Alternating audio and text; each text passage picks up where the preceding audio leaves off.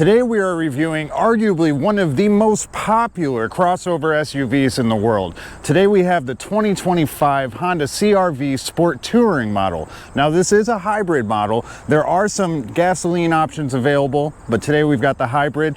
Let's see how it stacks up against the Toyota RAV4 and if you should hop in this 2025 CR-V or pulled out for something else. Let's dive in.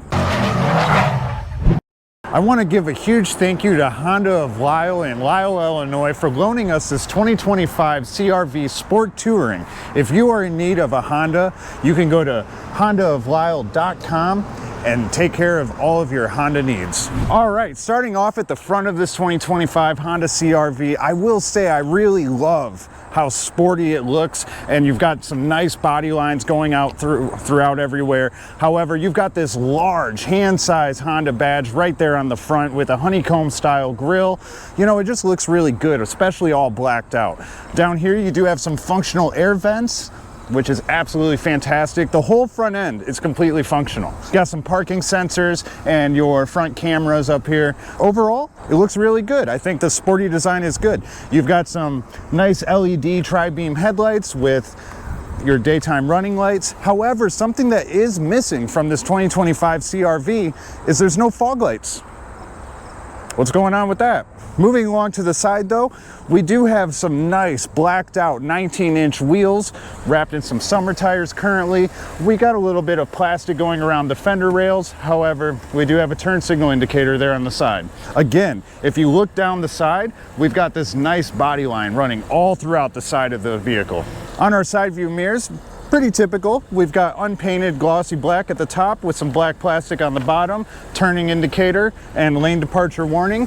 No camera though on this side view mirror. All the windows are framed in the silver lining. You know, I kind of would have liked to see that blacked out personally, but it does give it a little bit of style. One thing that I do love to see though is we do have roof rails on the top, some black plastic skirting at the bottom. Overall, the side profile looks really good. I like it a lot, and I love how the body line runs from the front all the way to the back and runs right into the rear tail lights.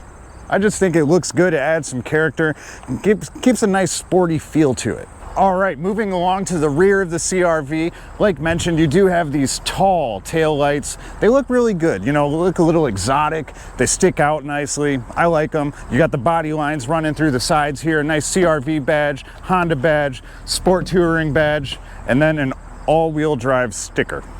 I think I'd take that off. Got a nice spoiler up here. Again, I would have liked to see this spoiler jut out just a little bit further and move this windshield washer up to the top, so hide it, get it out of there.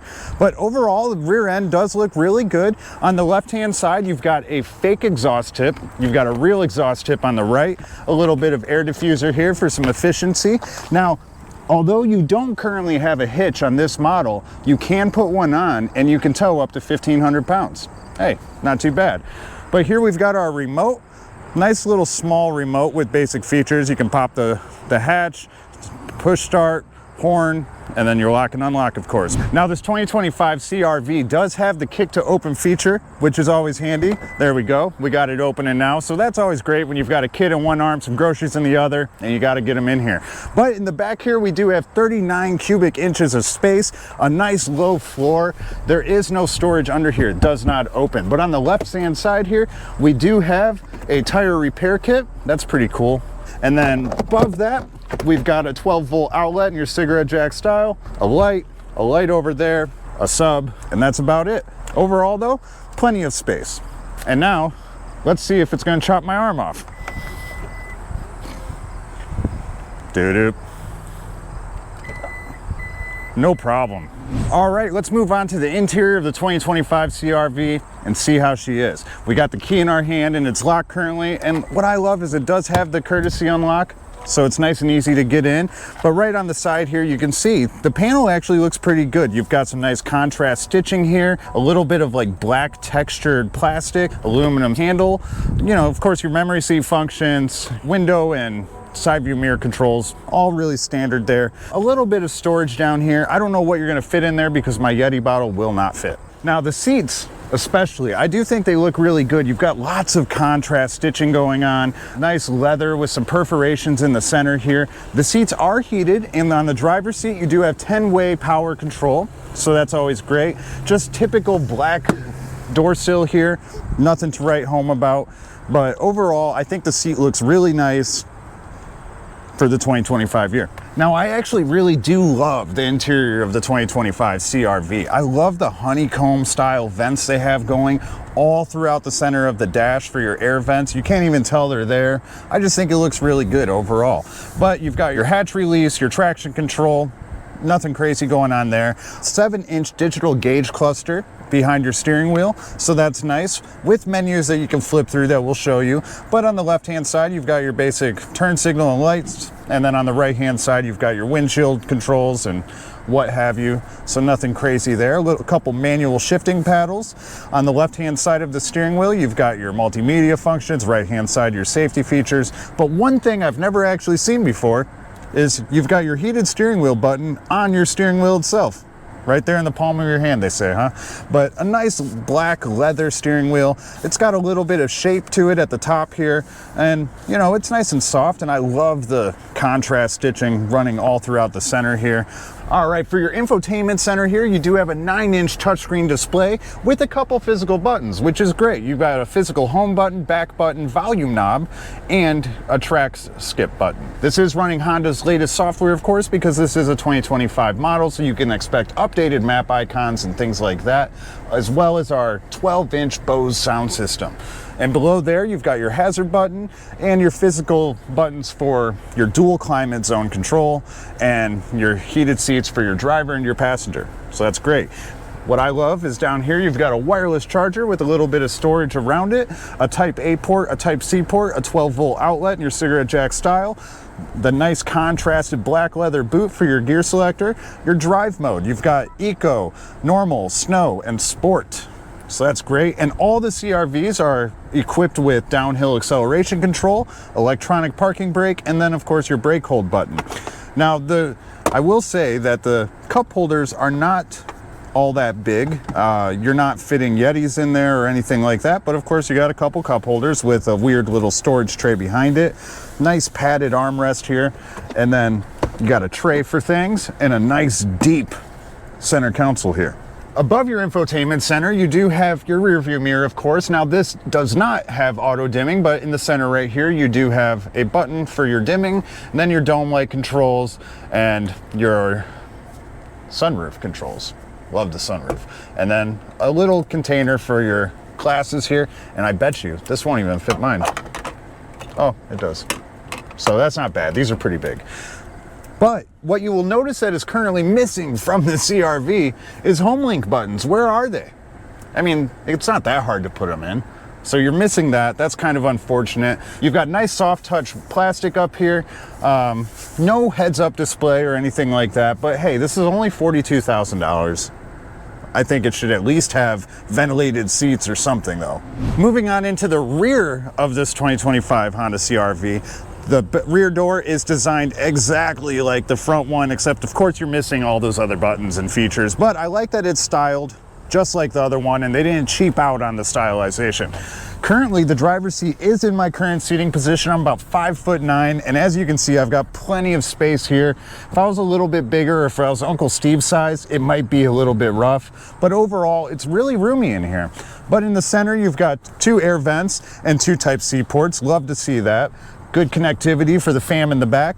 And then also, even though this is a crossover SUV and it's a, Honda CR-V, you do get reclining seats here in the center. And I can actually recline pretty far. I can be comfortable like this for hours, especially when I pull down the center here. I've got an armrest, some cup holders. I'm living the life now. And my toddler brother or nephew or what have you is right here crying away. All right, now I'm behind the wheel of this 2025 Honda CR-V Sport Touring model. This is basically the highest trim of the CR-V. And you know what? the touring model, I think it works the name pretty well because I feel like I could drive around the country in this. The seat is incredibly comfortable. The visibility is fantastic. The windows are just massive, so you can see right out them, no problem whatsoever. The steering actually has like a little bit of weight to it too, which I like. I don't like just floating all over and feeling like there's no resistance in the steering wheel. So, and the resistance feels just right.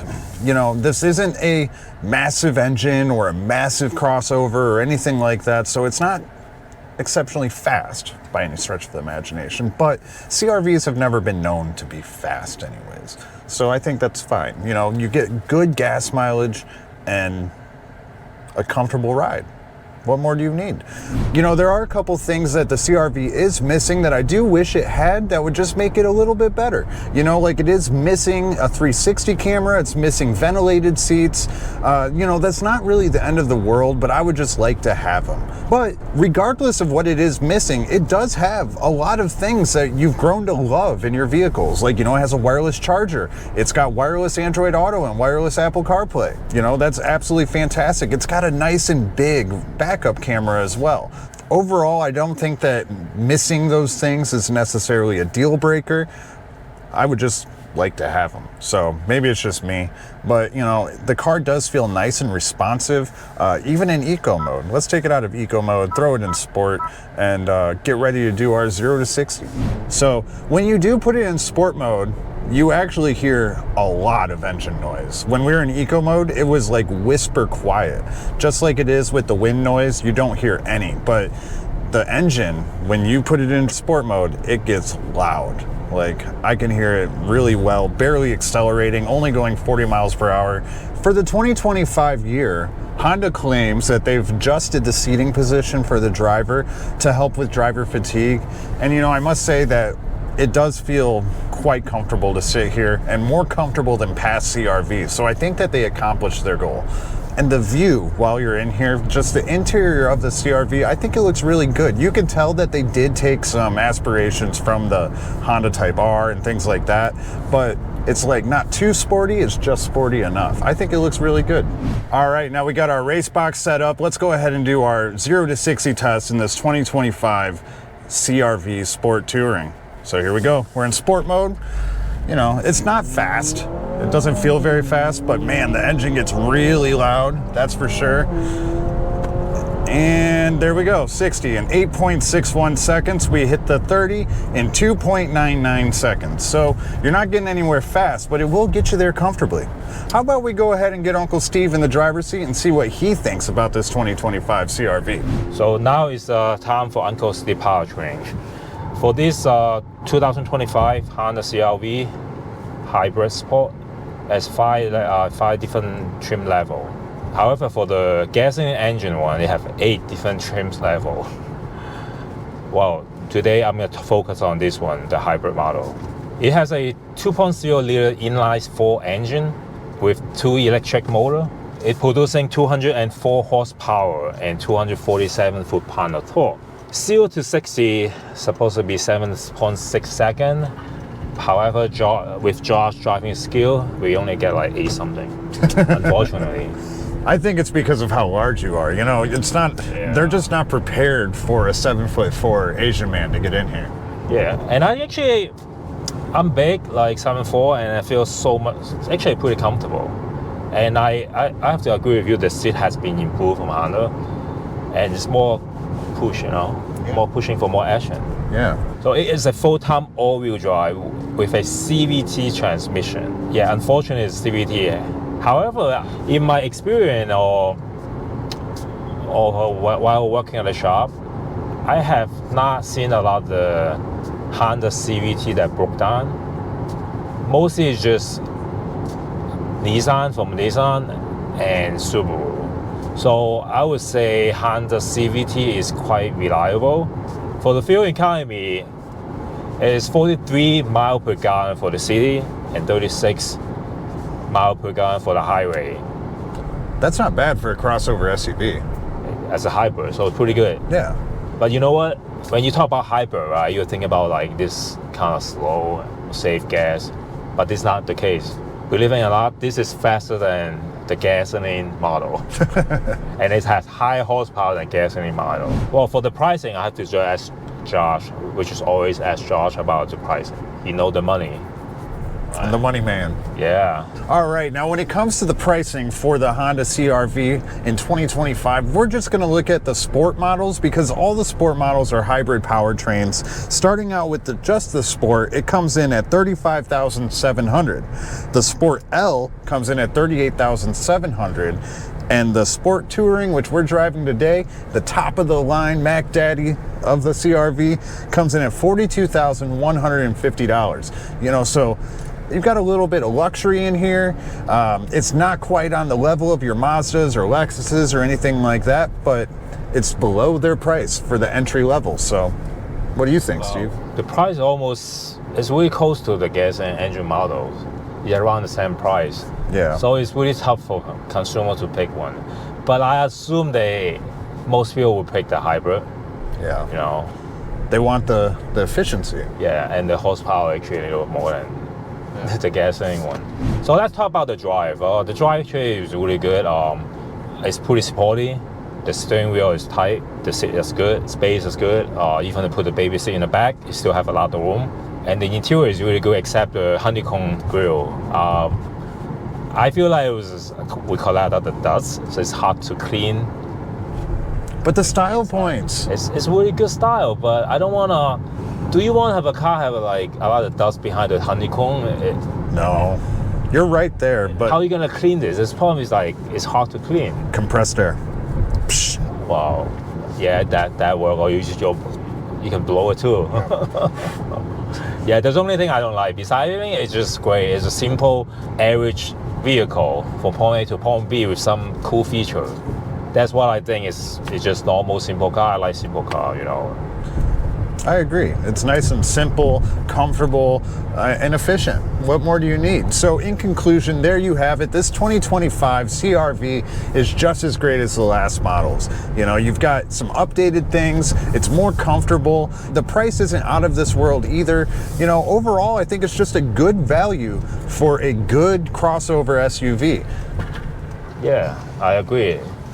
It's better than, in my opinion, it's better than the Crosstrek. Much better than the Crosstrek. Much better. Well, thank you for tuning in. Smash up the like, subscribe to the channel, and we'll see you on the next video.